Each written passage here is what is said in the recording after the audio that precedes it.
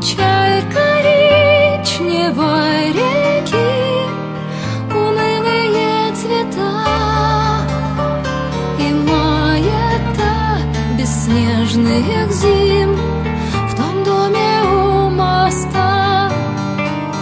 И маята бесснежных зим в том доме у моста.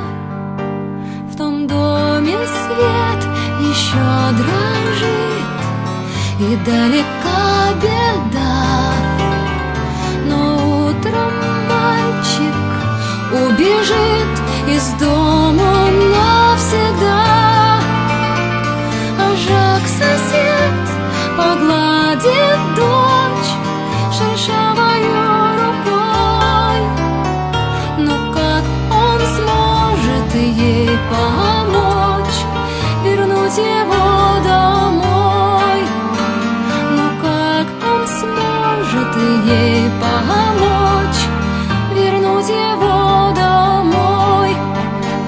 Зеленой меди едкий след, как времени слеза.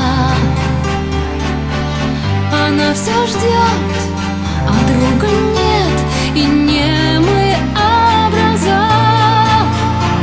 И облаков чернильных гон цепляется за шпиль, плывет как дым охрипший звон, спит город Шарлевиль.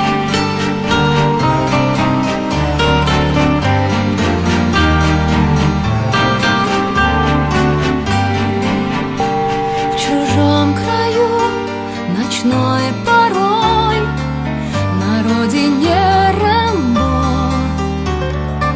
с провинциальною тоской вползает под ребро. Печаль коричневой реки, унылые цвета и маята бесснежных зим в том доме у моста.